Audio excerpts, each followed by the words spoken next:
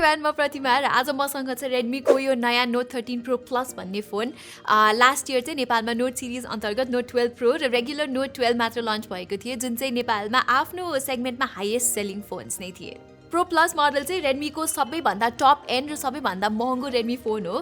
तर last year चाहिँ नेपालमा Redmi Note 12 Pro Plus launch भएन, but this year Xiaomi is finally launching the Redmi Note 13 Pro Plus in Nepal as well. Xiaomiले चाहिँ आफ्नो entire note 13 series नेपालमा ज्यानको एन्डमा लन्च गर्ने हल्ला आइरहेछ।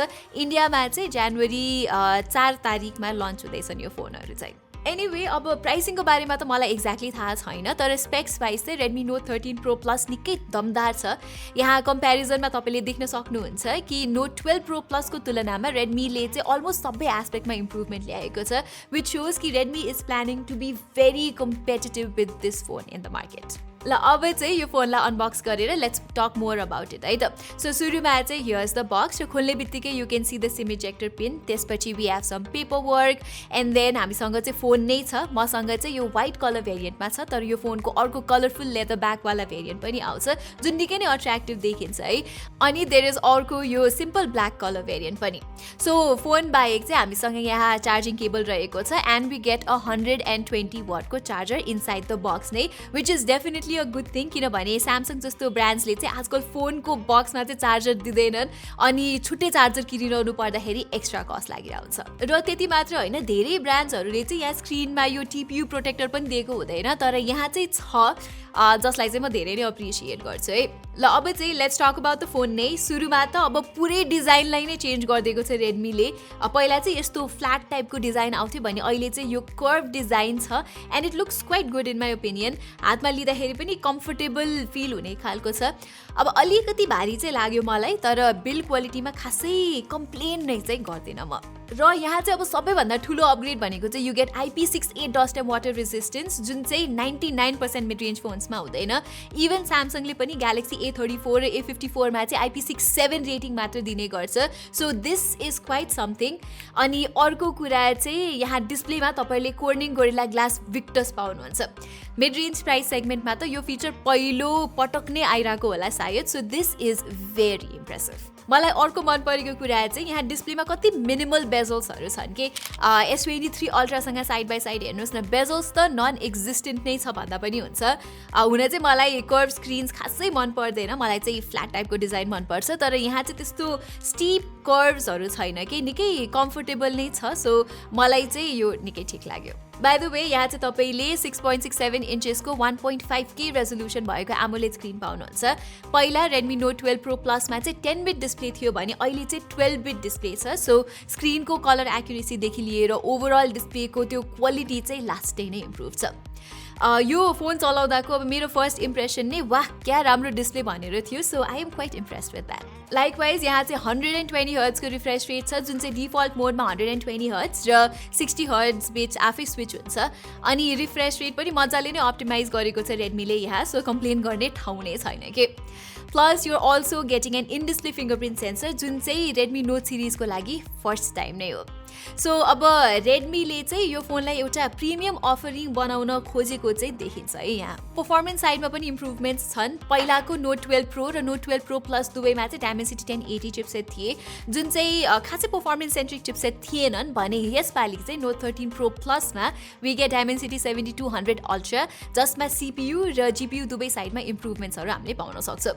इनफ्याक्ट Dimensity 7200 अल्ट्राको पर्फर्मेन्स चाहिँ स्न्यापड्रागन 778G, जुन चाहिँ एकदमै पपुलर मिड रेन्ज चिपसेट हो है, त्यो भन्दा पनि बेटर छ। यो चिपसेट चाहिँ 4nm को आर्किटेक्चरमा बनेकोले निकै एनर्जी एफिसियन्ट पनि छ।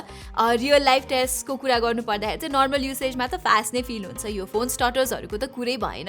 गेमिङ साइडमा पनि I got very good results यहाँ। उन चाहिँ मैले त्यस्तो अग्रेसिभली नै टेस्ट गरेको चाहिँ छैन, भर्खर 3 दिन जति मात्र भयो मैले यो फोन चलाएको, तर PUBG खेल्दा चाहिँ मैले स्मुथ प्लस एक्सट्रिम सेटिङ्समा मजाले 60 FPS पाएको थिएँ र स्टटर्सहरू पनि थिएन कि ओभरअल गेम प्लेमा। त्यसै गरी गेन्सन इम्प्याक्ट र मेक अरिना पनि अलिअलि खेलेको थिएँ र गेन्शिन इम्प्याक्टमा चाहिँ हाई सेटिङ्स र 60 FPS मोडमा राम्रो स्मुथनेस मैले पाएको थिइनँ। अलिकति सेटिङ्स लोअर गरेर चाहिँ बेटर FPS र स्टेबिलिटी आउनु पर्ने हो। सो यो सबै चाहिँ म मेरो फुल रिभ्यूमा चेक गरेर भन्नेछु। 1 महिना जस्तो पछि आउँछ त्यो चाहिँ। सो त्यतिखेर राम्रोसँग चलाएर त्यो सबै कुरा भन्छु। त्यो हेर्नको लागि चाहिँ do subscribe to our channel. Okay, सफ्टवेयरको कुरामा चाहिँ यो फोन एन्ड्रोइड 13 मा बुटअप हुन्छ, which is a little disappointing. किनभने एन्ड्रोइड 14 आइसकेको धेरै नै टाइम भइसक्यो र स्यामसङ अनि वान प्लसको लास्ट इयरको फोन्सहरूमा पनि एन्ड्रोइड 14 चाहिँ आइसक्यो के। सो 2024मा आउने नयाँ फोनमा चाहिँ अझै पनि लेटेस्ट एन्ड्रोइड 14 नआउनु भनेको चाहिँ अलिकति झ्याउ कुरा नै हो। हुन त Xiaomiले 3 वर्षको OS अपडेट्स र 4 वर्षको सिक्युरिटी अपडेट्स दिने प्रमिस गरेको छ यो फोनमा, जुन चाहिँ पहिलाभन्दा राम्रो इम्प्रुभमेन्ट र कमिटमेन्ट नै हो। र मोस्ट पोसिबली 2024को फर्स्ट क्वार्टरमा चाहिँ Xiaomiको धेरै फोन्सहरूमा हाइपर OS पनि आउने न्युज आइरहेछ, which will be based on Android 14। So hopefully त्यो चाहिँ चाँडै नै आउँछ होला यो फोन्सहरूमा पनि। Now for those of you who don't know, hyper OS चाहिँ Xiaomiको नयाँ र रिडिजाइन OS हो, जसमा चाहिँ नयाँ इन्टरफेसको साथसाथै बेटर कनेक्टिभिटी जस्तो फिचर्सहरू पनि तपाईले पाउन सक्नुहुन्छ। ओके, अब रह्यो क्यामेरा र ब्याट्रीको कुरा। Redmi Note 13 Pro Plusमा चाहिँ तपाईले 5000 mAhको ब्याट्री पाउनुहुन्छ, जुन चाहिँ अहिलेसम्मको मेरो युसेजमा चाहिँ मलाई इन्ड्युरिङ नै लागेको छ। पुरै ब्याट्री टेस्ट चाहिँ मैले गर्न बाँकी नै छ। सो त्यो सबै कुरा चाहिँ म मेरो फुल रिभ्यूमा भन्नेछु।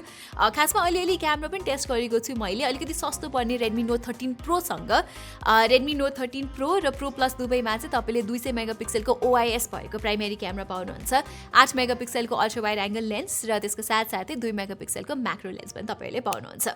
र यो स्याम्पल्समा चाहिँ तपाईले हेर्न सक्नुहुन्छ कि Note 13 Pro Plus को कलर रिप्रोडक्सन चाहिँ अलिकति पन्ची छ। डाइनामिक रेन्ज र शार्पनेस जस्तो कुरा चाहिँ Note 13 Pro Plus ले राम्रोसँग ह्यान्डल गर्छ र इभन ह्युमन स्किन टोन पनि मलाई चाहिँ Note 13 Pro Plus कै राम्रो लाग्यो। बट देन अगेन मैले चाहिँ 10-15 वटा मात्र फोटो खिचेको छु, सो अहिले नै म जज गरिहाल्दिनँ। यो 200 मेगापिक्सलको सेन्सरले चाहिँ 4x लसलेस जुम पनि गर्न सक्छ, अनि you can see in this samples कि रिजल्ट्स आर नट ब्याड। भिडियोको कुरामा पनि यु गेट 4K 30 FPS सम्मको अप्सन ब्याक क्यामेराबाट भने फ्रन्टबाट चाहिँ you can only shoot up to 1080p 60 FPS videos. रेडमीले चाहिँ कहिले पनि फ्रन्ट क्यामेरालाई इम्पोर्टेन्स चाहिँ नदिने भयो। सो एभ्रीबडी, यही नै थियो मेरो Redmi Note 13 Pro Plus को छोटो मिठो अनबक्सिङ एन्ड इम्प्रेसन्स।